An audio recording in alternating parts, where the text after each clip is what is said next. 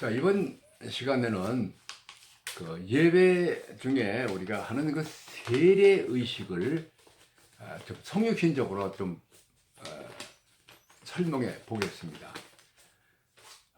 세례는 본래 이제 침례가 이제 오리지널이죠. 물속에 들어가서 요단강에 가서 물에 잠겨서 이제 죽었다가 다시 살아나는 거죠. 이게 세례의 의미입니다. 그래서 초대교회는 이제 세례 첫 번에는 그 세례를 이제 꼭 물로 갈 수가 없으니까 교회당 안에 세례하는 그 단이 있습니다. 그 뭐냐 밑으로 파가지고 거기 이렇게 통로가 있어요. 그래서 그 조그만 그 통로 이렇게 밑으로 내려간 물 속에 잠기게 되고 거기 또 옆에 통로가 있고 옆에 저희 성직자가 설 수 있는 자리가 있습니다. 그래서 옆에서 도와주죠. 이렇게 푹 잠갔다가 나오고 나면 또 저쪽 편으로 이제 걸어 나가죠.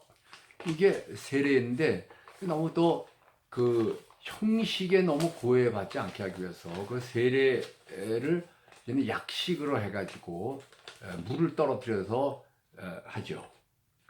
그래서 물도 뭐 또 상당히 많이 저는 세례 줄 때 물을 좀 많이 떨어뜨려서 좀 머리가 많이 젖도록 그렇게 합니다만 그 세례의 의미가 뭐냐? 세례 받을 때 그러면 어떻게 받아야 되느냐?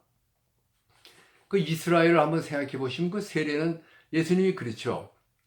너희가 물과 성령으로 거듭나지 않으면 하늘나라 볼 수 없다 그랬어요. 그 다음에 요한 사도도 물과 성령, 그렇죠? 그 물 얘기를 꼭 합니다. 그렇죠? 물과 성령이다. 이거 봤죠. 그렇죠? 그래서,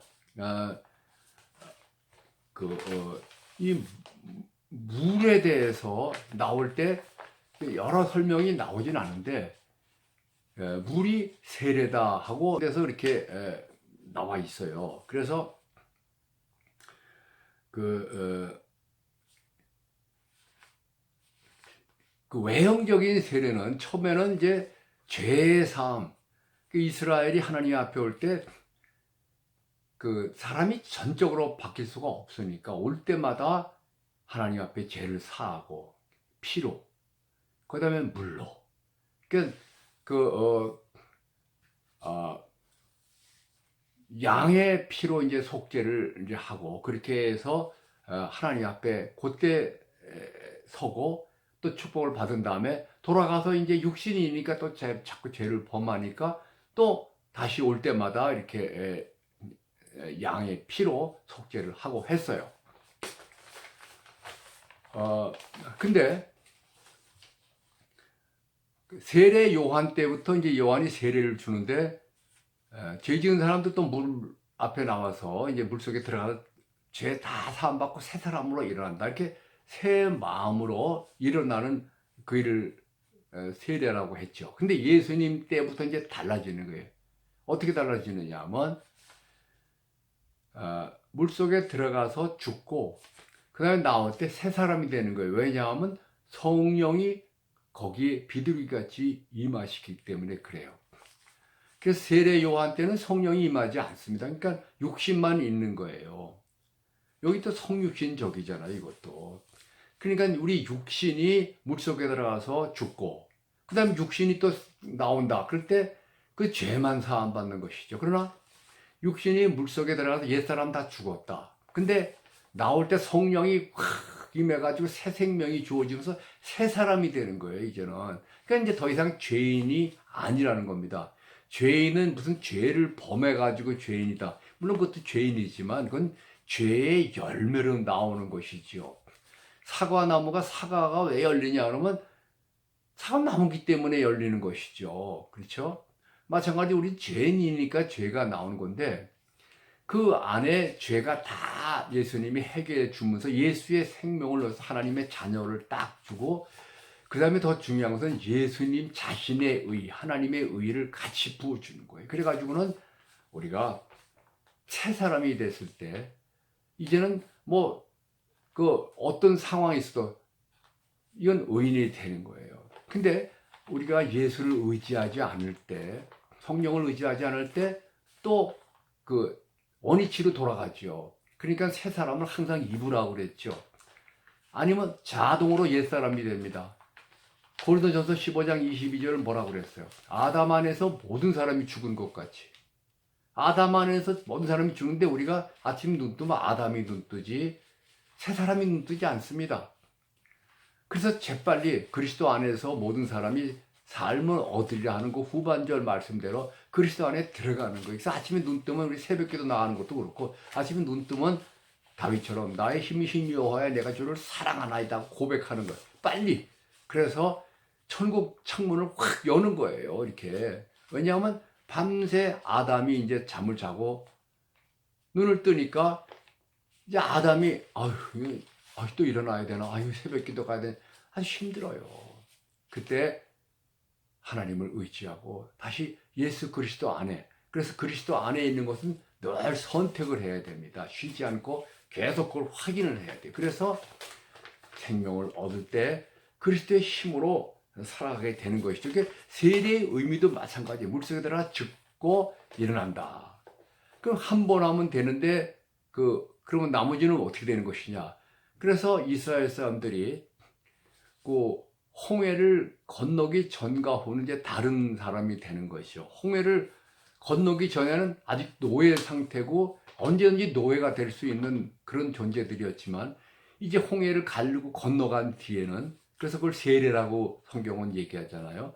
건너간 뒤에는 다시는 돌아올 수가 없어요. 왜냐하면 홍해가 다시 원위치가 됐기 때문에 그 바다를 건너서 올 수도 없고 그 다음에 이제는 이스라엘이 확실하게 됐기 때문에 이제는 다른 종류의 인종이 된 겁니다.